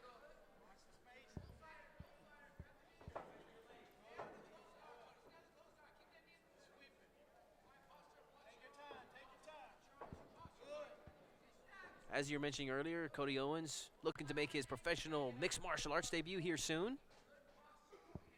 Brian Chow, a big fan of working the spider guard. Favorite submission is the bow and arrow choke. See if he can work some of that here tonight. Right now, both competitors looking for an advantageous position right now. Oh, scissor sweep right there by Brian Chow. Beautiful basic technique there. spinning through, looking for a back take. Oh, nice. Good pressure from Cody. He's got to stop Chow from turning all the way around. Good recovery by Owens, but I think he's in trouble now. In a potential triangle. He's either got to push into him hard and posture in the guard or pull out hard and get that head free. Owens not in a good spot right now. Needs to get his head out of the position. Now he's stuck in an armbar. Can Chow finish this? Can Owens survive? Owens circles through, is trying to scramble, see if he can get out of this spot, and he does. The triangle. There you go. Posture up. There we go. Good. Nice scramble there by the Texas Zombie. Yeah, good work from Cody Owens. You can hear his jiu-jitsu professor, Travis Took, giving him good instruction. Travis, a legend, one of the best grapplers I've ever rolled with in my life. Right, not only one of the most highly respected black belts here in Houston, but one of the most highly respected black belts in the state of Texas. Oh, absolutely. He's the only person I've rolled with who can tap me like I'm a white belt. Are you sure just him? Yes, I am. I beg to differ there, sir. Anyways, back to the action between the Texas Zombie and Brian Chow. So Cody's going to have to do something to neutralize this guy's grips. If he likes playing spider guard, he'll be comfortable sitting here in guard for the next 5 minutes of this match. Cody's going to really amp up some pressure. He's got to keep this pace. He's got to keep pushing those hips over. Stack pass attempt there by the Texas Zombie. There you go. And he did it. He got to keep moving his hips. He got to keep circling towards his head. A great attempt. That pressure is what's going to take this game away. He can't just sit at neutral. There you go. Good call there by Alex Morano. Gracie Baja black belt. Looks almost as if that Cody Owens is trying to trap that foot, but Chow is making it difficult for him. Chow being the longer fighter, transitioning to a back take now. Wow. Good technique there by Chow. The bow choke's a very common choke from here. Cody needs to really protect his neck. I can't tell if Chow has the over-the-shoulder grip on the lapel, but if it's in, it's very hard to get away. Surprisingly, Brian Chow is listed here at 35 years of age. He looks fantastic for a 35-year-old. Yeah, he sure does.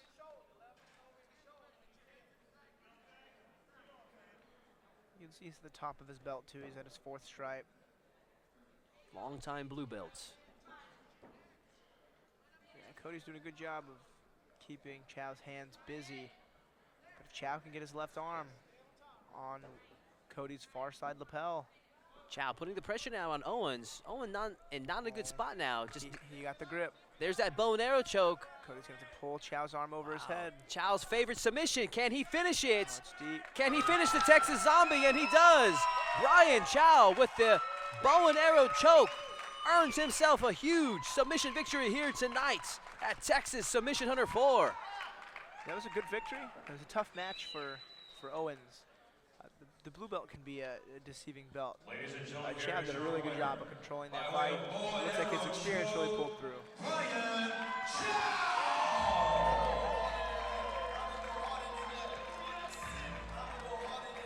Two matches left here on Texas Submission Hunter 4.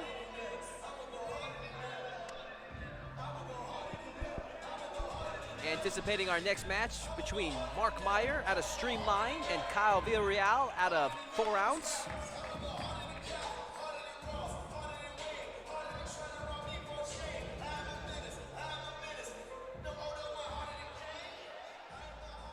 Please welcome to the stage Kyle Villarreal. Marcus.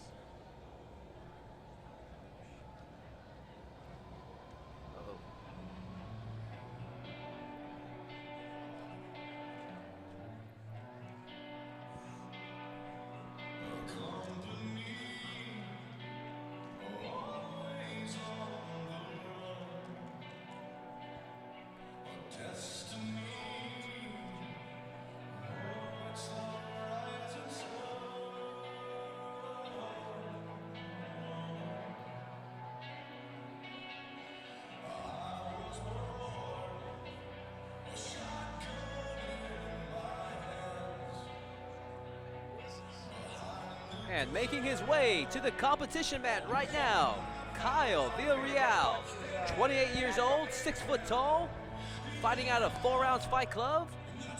The 160-pound competitor looking to make a statement here tonight with a big submission victory over his opponent, Mark Meyer. Kyle Villarreal, ready for action.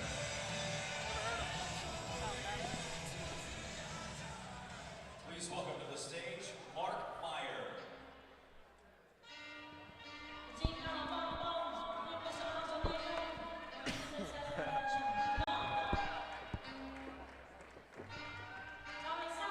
And making his way to the mat right now, Mark Meyer, representing Streamline, 157 pounds, 5'9", 25 years of age.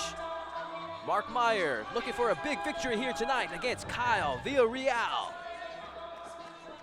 Ladies and gentlemen, your next match is scheduled for 1 round with a 7-minute time limit in the blue belt division.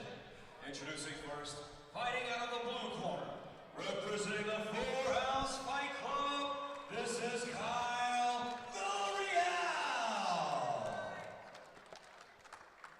And introducing his opponent, fighting out of the red corner, representing Streamline, this is Mark Meyer.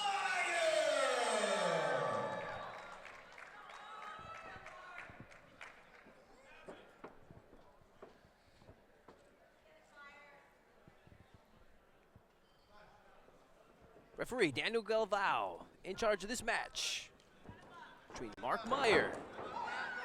Good single leg from Meyer. I know Villarreal is known for his Rex angle. It's funny, one of the refs here, Jeff Rexroad, pioneered that move in a legacy title fight. It's a modified triangle with the arm in, a really tricky move. Nice piece of history there. We'll see if Villarreal can't pull it off today. He needs to get to the guard position, the closed guard, for it to happen. A really good takedown from Meyer in the beginning of the match. Villarreal with those long limbs of his, looking to set up, as Professor Morano was saying, that Rex angle. Meyer going for the knee bar now. Can he finish this position? Meyer working hard for it. Villarreal rolling through. Villarreal with some excellent Villarreal leg still in awareness. trouble. These two right on the edge of the mat. Good scramble there by both competitors. Sorry to interrupt you there, Alex. No, that was great. That was a great knee bar attempt, great defense, good transition to the back. It was really cool. One of the better exchanges of the whole night. Villarreal looking for a really nice position there. Seatbelt grip. So one of his legs was definitely in between the legs of Meyer. Wow, this is kind of an unusual restart. However, Meyer looking to hustle out of this position. He's in a tough spot. He's flattened out now. Villarreal's long and on top. Yeah, Villarreal has a nice position here to work with. Those long-limbed competitors, man, they are hard to deal with. Yeah, they sure are. That leverage just really can take the life out of you. And right now, Villarreal enjoying back mount position. Oh, He's got him flat, too. This is a rough spot. you see Meyer grimacing. He is not feeling good right now at the moment. Referee Galvao keeping a close eye on the action. Villarreal putting a lot of pain on Meyer with this back take, kind of cranking the face.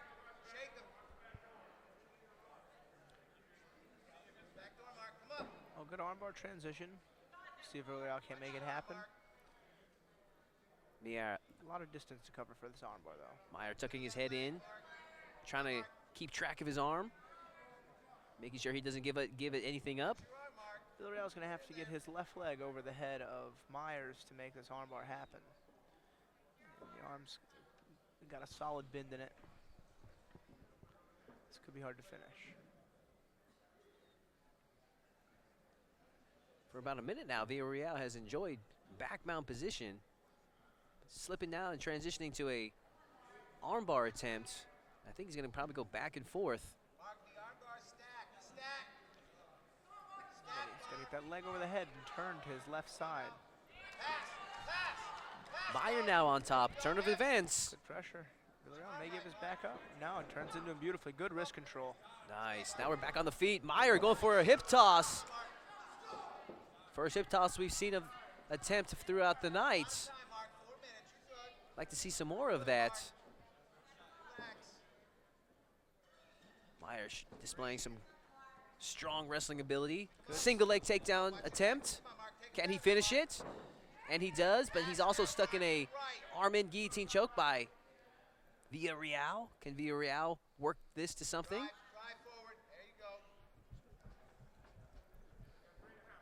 Villarreal's got a pretty good angle in the guard. This is a good setup for that Rex angle. Good setup for that omoplata. It's a really tough angle on Myers. It looks like Myers is stuffing that bottom leg. If Villarreal can get his bottom left leg free, Myers is going to be in some trouble.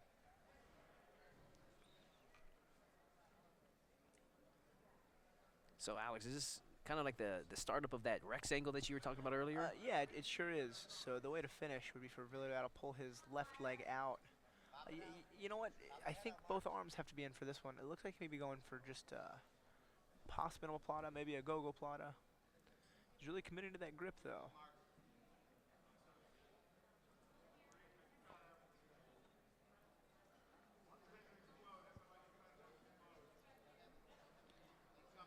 These two still stuck in this position. So Myers has essentially passed the bottom leg with both of his legs. So he's almost past the guard. That rubber guard grip's giving him a little bit of difficulty. It's a really strange position. We're approaching the 2-minute mark between these two competitors. And now they're picking the pace up now. A lot of intensity behind Meyer when he moves. I like it. I can see a former wrestler in Meyer. The crafty Villarreal working for a knee bar. Belly down knee bar. Oh, a reverse hold. I don't know if that's allowed for the blue belt. Both competitors going for broke now, attacking the feet. We have a scramble now. Villarreal ends up on top.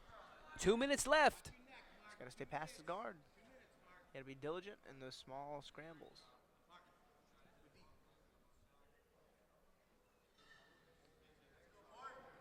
Correction from earlier, toe holds are not allowed for the blue belts. I'm sorry, heel hooks are not allowed for the blue belts. So it's totally legal.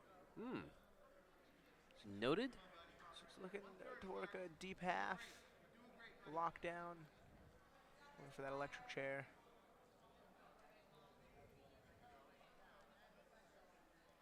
Lockdown can be a tough position to get out of. Looks like Myers coming at the back, Villarreal turning on top, possible guillotine from this position. If he can get his hands together, he could threaten him with this. He's back to that rubber guard. Oh, now Villarreal is in a better spot. That left leg is in a better position to try to finish something here. Can we see that Rex angle position? This is the position to do it. Both arms are in.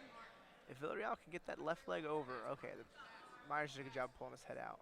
Meyer, the crafty Meyer, moving his head out of position and now almost attempting to take the back. Now he's in the mount position. 45 seconds left. Can Meyer make something big happen?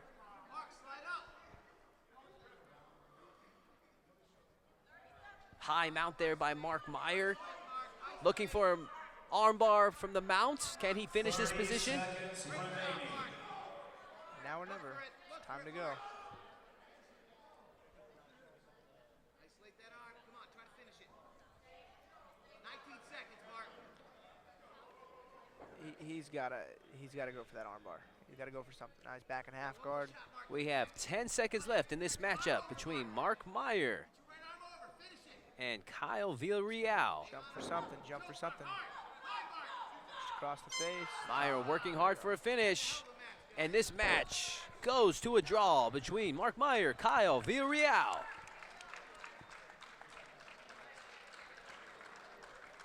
Awesome matchup of a clash of styles with the wrestler in Mark Meyer versus the long-limbed, stylish fighter of Kyle Villarreal. Ladies and gentlemen, the 7-minute time limit has expired. This match is a draw.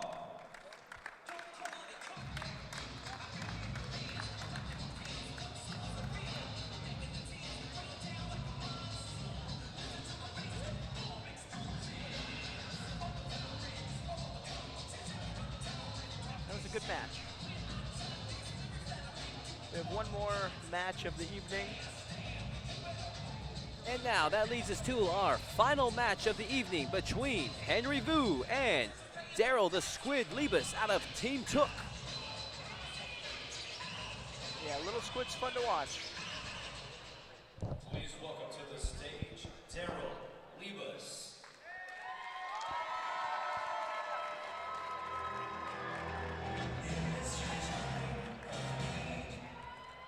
And making his way to the mat right now, Daryl the Squid Lius, 17 years of age, 5'9", 128 pounds, has been training Brazilian Jiu-Jitsu for the past 4 years. Received his blue belt by Professor Travis Took in August of 2015. Former wrestler, wrestled 2 years in high school. His strategy for this match, he wants to pull off a flying triangle. Has intentions to come out extremely fast in this matchup.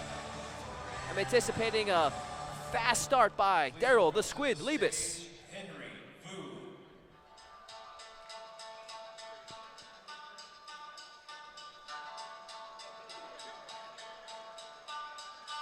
Elite MMA's Henry Vu making his way to the competition mat. 5'9", 138 pounds, has been training for about just under 3 years. Received his blue belt under Eric Williams and High Win. Henry Vu, ready for action. With a 7-minute time limit in the blue belt division. Introducing first, fighting out of the blue corner, representing Team Talk, this is Daryl Lius.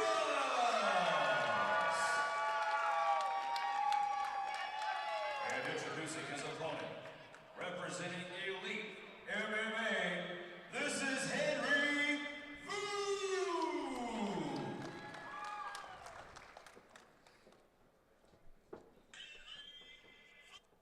Referee Daniel Galvao in charge of this match between Daryl Lius and Henry Vu.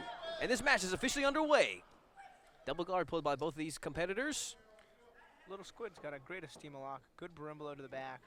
His favorite technique, the berimbolo. And we see it early. Toe hold attempt there by the Squid. Knee bar attempt. These two in a fight for the feet. Going for a straight ankle from 50-50. Squid's got good leg locks. Lius working hard for those footlock attacks, as you were saying there, Alex. Staying active, staying composed.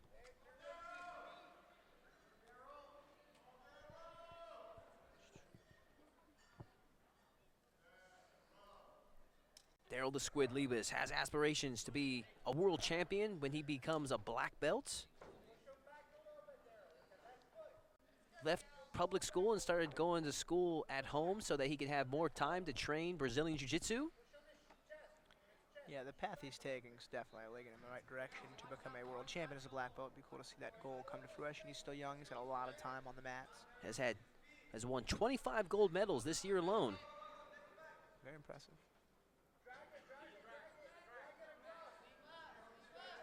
He's trying to lock up that steam lock. Henry Vu, favorite submission, the bow and arrow choke. Seeing if he can set himself up for that position right now. Now he's in a position to look for a footlock attack. Has aspirations to compete as much as he can. So we got two young blue belts, anxious to compete as much as they can.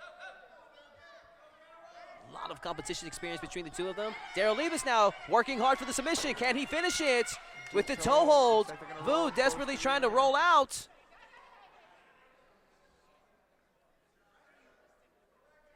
Lius with his competition experience insisting that they restart back in the toe hold position where he left off.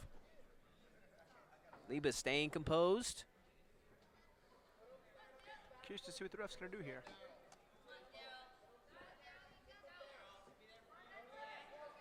Yeah, I'm curious myself to see if they're going to start neutral. Another double guard pull.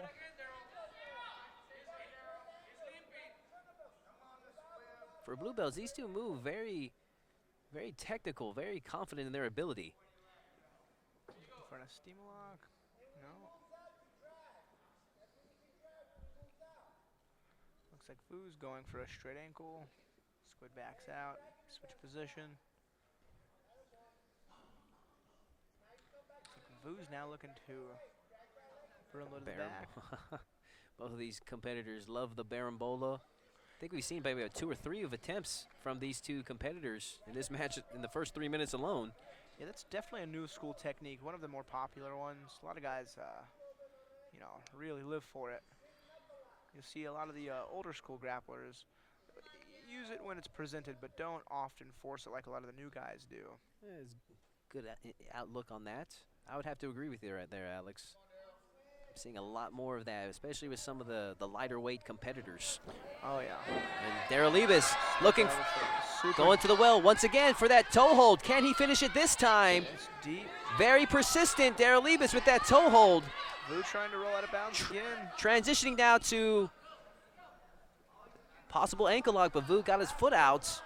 Yeah, toe holds can be tricky. When the leg's extended and you bend the toe hold, the knee can naturally bend. Oh, Squid with the straight ankle, it's deep. Leibus now with the grabbing his lapel and going belly down. Leibus working hard, cranking hard on that foot lock. Vu Needs to watch his own foot too. Vu on a toe hold. Daryl bails on the straight to protect his foot, goes back for a toe hold himself. Wow, Leibus very well versed in the foot lock attacks, showing a lot of variety here in this matchup, displaying his skills. Battle of attrition there, toe hold for toe hold. 3 minutes left in this matchup. The Squid has aspirations to compete in the Nogi World Championships here in November. Hoping to bring in a lot of momentum with a victory here tonight against, if he can get past Henry Vu. Deep steamer lock. Vu's reacting. Vu's reacting. He's looking like he may tap him. It's deep. Vu's doing a good job. Vu's looking like he's in trouble. Can there? Wow. Wow. Good escape from Vu. Crafty blue belts here. Vu's been in some really tight foot locks there. I mean, you can see the look on his face that they're not feeling good. But he's been able to survive thus far. Squid looking to come on top, goes back down for a toe hold. The leg is bit now. Oh. 2 minutes left in this final match. Last of 33 matches. Oh, Squid for a flying triangle, and look at that, and he locks it up. He's in mount. He's looking to adjust his position. Nothing concrete yet. Vu's got a weird foot in. Daryl the Squid Leibus taking chances. Train with Squid, you understand why they call him that. He's flexible. That'll fight you from any Henry position. Vu hanging in there. Vu displaying a lot of his defensive prowess. Minute 35 left in this matchup. It's been a quick matchup. It doesn't feel like it's been 5 minutes already. These two have been very active. High flying matchup between these two. Triangle attempt now by Leibus. It's locked in. Wow, that's one you don't see every day with the leg locked with in. The leg trapped. Something unusual here. New submission now by Daryl the Squid Leibus. Can he finish this position? To a toe hold, wow. Wow, I have never seen this type of a lockup before, a tie-up triangle with the leg in. Leave it to the blue belts, very nice. Some creative offense now by the blue belts. Leg in triangle. Less than a minute left. Squid's in a good spot. He has enough time to figure out how to make this guy tap. Can Daryl Leibus, with 45 seconds left, submit his opponents here at Texas Submission Hunter 4? It's going to be tough. There's actually no arm in. This is a very bizarre position. I think Squid should maybe look to attack that foot. That's the only controlling point that Vu doesn't have. Can Vu survive this position? It's a good spot for a heel hook, but not allowed with the blue belts. There's short time left. They are right at the edge of the mat. 20 seconds. Can Vu survive? Leibus working hard for the finish now. Oh, he needs his hand free to finish. Vu knows what to do to defend. And he's out. Wow, and Wow. Vu gets his head out. 5 seconds to go. This was a entertaining match, to say the least. I've got to give it to Squid And for locking time. that position up. And this match ends in a draw. Anytime you get to see something that you've never seen before, makes for a notable match. These two blue belts putting on the line in our final match here tonight at Texas Submission Hunter 4. Squid not happy with the performance today. I think he did a great job. The 7-minute time limit has expired. This match is a draw.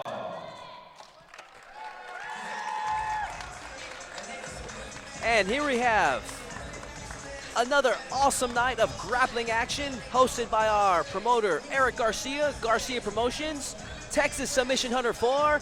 I am Todd Moore. This is Alex Morano. Wishing you all a good night, good fight. Again, thank you very much for watching us. This is Gulf Coast Fight TV.